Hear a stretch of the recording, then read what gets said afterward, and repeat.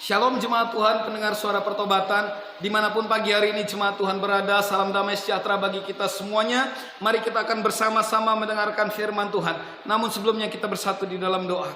Bapa di dalam sorga, kami bersyukur kepadamu ya Bapa, oleh karena berkat kemurahan-Mu Tuhan, kami ada sampai hari ini, kami ada oleh karena kasih setiamu Bapa. Pagi hari ini kami kembali boleh mendengarkan firman Tuhan yang membawa kami kepada kemenangan-kemenangan baru. Ajar kami, sampaikan isi hatimu bagi kami dengan kuasa pengurapan kuasa Roh Kudus Allah. Kami boleh mengerti maksud isi hatimu akan firman Tuhan yang diperdengarkan bagi kami pagi hari ini. Berkati urapi kami di dalam nama Tuhan Yesus Kristus. Haleluya. Amin.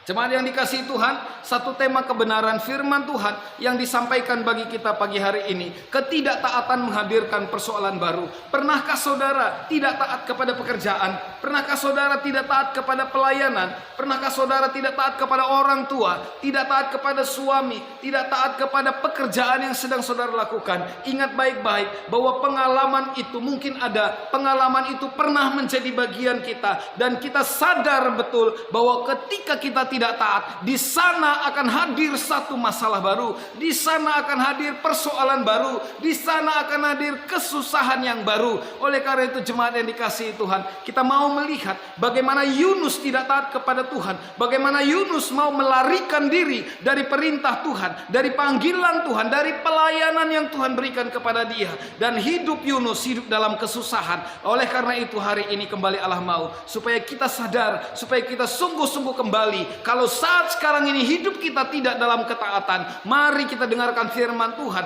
dan kita mengambil satu sikap sadar diri, bertobat di hadapan Tuhan, sehingga hidup saudara dan hidup saya semakin hari semakin berbuah bagi kemuliaan nama Tuhan. Di dalam Yunus pasal 1 ayat yang pertama sampai dengan yang ketiga dikatakan firman Tuhan, datanglah firman Tuhan kepada Yunus bin Amitai demikian, bangunlah, pergilah ke Niniwe, kota yang besar itu, berserulah terhadap mereka karena kejahatan yang telah disampaikan kepadaku. Tetapi Yunus bersiap untuk melarikan diri ke Tarsis, jauh dari hadapan Tuhan.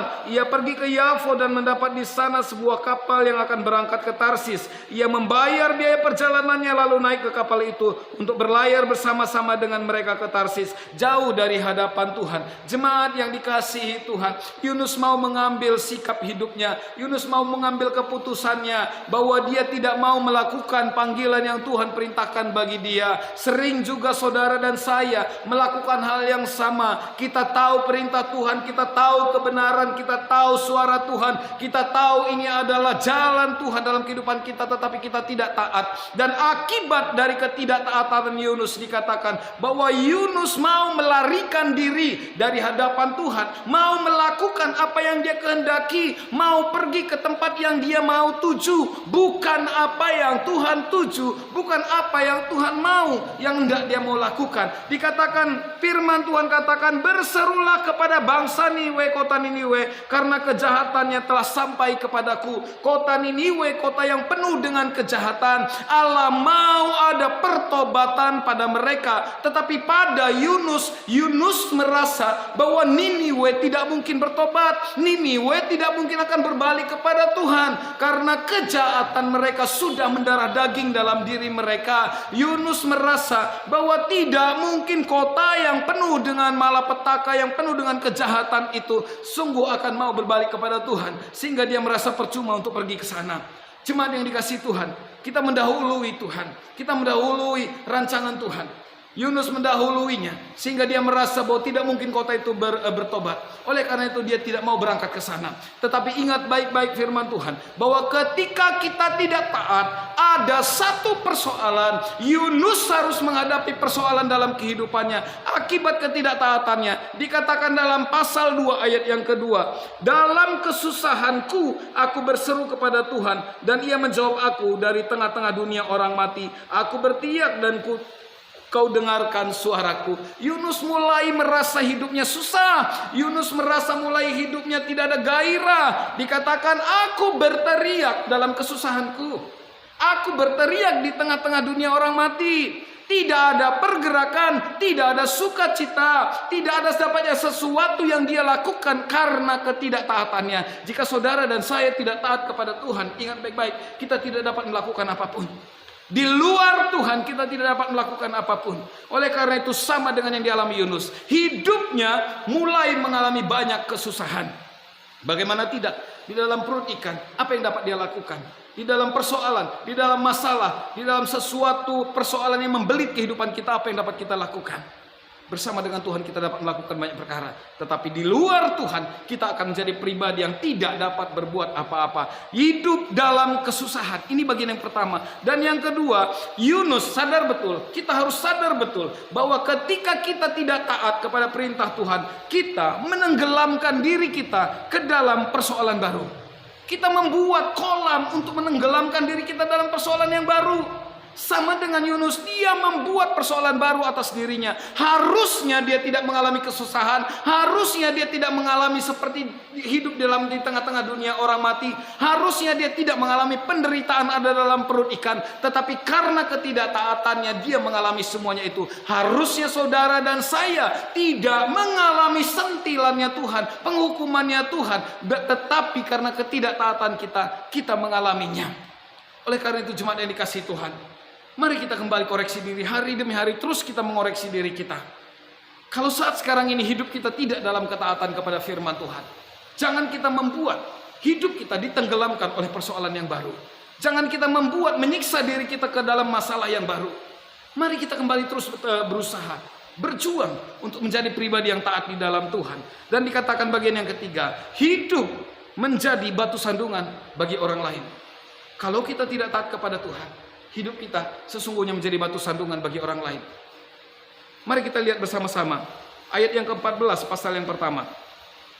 Ayat yang ke-14 pasal yang pertama dikatakan, lalu berserulah mereka kepada Tuhan, katanya, ya Tuhan, janganlah kiranya Engkau biarkan kami binasa karena nyawa orang ini, dan janganlah Engkau tanggungkan kepada kami darah orang yang tidak bersalah, sebab Engkau Tuhan yang telah berbuat seperti yang Kau kehendaki. Yunus menjadi batu sandungan bagi mereka yang ada dalam kapal itu. Allah mengguncangkan kapal itu. Allah menghadirkan badai. Allah menghadirkan angin sekal. Allah menghadirkan gelombang-gelombang. Kenapa? Karena di dalam kapal itu ada satu pribadi yang tidak taat kepada Tuhan. Ada satu pribadi yang mau lari dari hadapan Tuhan, tidak mau melakukan panggilan Tuhan. Hidup Yunus tidak menjadi berkat. Hidup Yunus pada waktu itu menjadi batu sandungan bagi banyak orang. Saat saudara dan saya tidak taat kepada kebenaran firman Tuhan, hidup kita sesungguhnya menjadi batu sandungan, menyusahkan orang lain, menimbulkan persoalan bagi orang lain. Sehingga pada akhirnya Yunus harus terlempar dari kapal itu ke lautan. Kesusahan demi kesusahan dia alami. Dilempar dari dalam kapal, masuk dalam perut ikan. Harus di dalam perut ikan 3 hari lamanya. Karena ketidaktaatannya menghadirkan persoalan baru dalam kehidupannya. Hidup menjadi batu sandungan dan tidak menjadi berkat. Jemaat yang dikasihi Tuhan, mari kita berusaha. Hidup kita tidak menjadi batu sandungan, tetapi hidup kita menjadi saluran berkat bagi banyak orang. Buah daripada sebuah kesadaran. Ingat baik-baik firman Tuhan pada hari ini. Tidak selamanya Yunus hidup di dalam penderitaannya. Ketika Yunus dikatakan pasal 2 tadi ayat yang kedua, aku berteriak dalam kesusahanku. Dia mulai sadar betul akan kesalahannya. Dia mulai sadar betul akan panggilan yang disampaikan bagi dia. Sehingga dia minta tolong kepada Tuhan. Dan pada ayat selanjutnya dikatakan ayat yang ke-10. Lalu berfirmanlah Tuhan kepada ikan itu, dan ikan itu pun memuntahkan dia. Ada satu kehidupan baru ketika saudara dan saya berbalik dari kesalahan kita. Ada satu kehidupan baru yang Tuhan berikan bagi kita. Bagi Yunus, ada satu kehidupan baru dimuntahkan dalam perut ikan itu. Sehingga Yunus kembali boleh melihat dunia yang harusnya dia miliki. Dunia yang harus dihidupinya. Sehingga Yunus mulai berbalik dari kesalahannya. Dan dia berangkat ke Niniwe. Melakukan apa yang Tuhan perintahkan. Menyampaikan kabar keselamatan, kabar pertobatan bagi Niniwe. Dan dikatakan orang-orang Niniwe, ketika Yunus menyampaikan firman Tuhan dengan keras, bahwa kalau engkau tidak berbalik dari kejahatanmu, maka sesungguhnya malapetaka akan menimpa engkau. Kematian akan menimpa engkau. Tuhan akan menunggang balikan kotamu. Sehingga kota Niniwe mengambil satu keputusan untuk berdoa dan berpuasa, dan Allah sangat melihat hati mereka. Allah kembali berbalik dan memberikan keselamatan kepada kota Niniwe karena mereka mau berdoa dan berpuasa, melakukan kehendak Tuhan dengan firman Tuhan yang disampaikan oleh Yunus. Oleh karena itu jemaat Tuhan, kita juga harus ambil bagian di dalam ketaatan ini. Kita harus berbalik dari segala kejahatan, berbalik dari segala ketidaktaatan kita kepada Tuhan, sehingga hidup kita memberikan jalan berkat bagi orang lain. Hidup kita seperti Niniwe diselamatkan oleh pemberitaan firman Tuhan yang disampaikan oleh Yunus, dan saudara dan saya alat kemuliaan Tuhan dan menyampaikan kebenaran firman Tuhan. Hidup kita harus menjadi kesaksian. Jangan kita hadirkan ketidaktaatan dalam kehidupan kita sehingga persoalan baru tidak hadir dalam kehidupan kita. Jadilah pribadi yang taat sehingga hidup kita tetap dapat menjadi saluran berkat. Tuhan Yesus memberkati. Mari kita bersatu di dalam doa. Kami bersyukur kepadamu ya Bapa, oleh karena firman-Mu yang sudah disampaikan. Terima kasih Tuhan Yesus, dan berkati semua jemaat Tuhan pendengar suara pertobatan yang sudah mendengarkannya.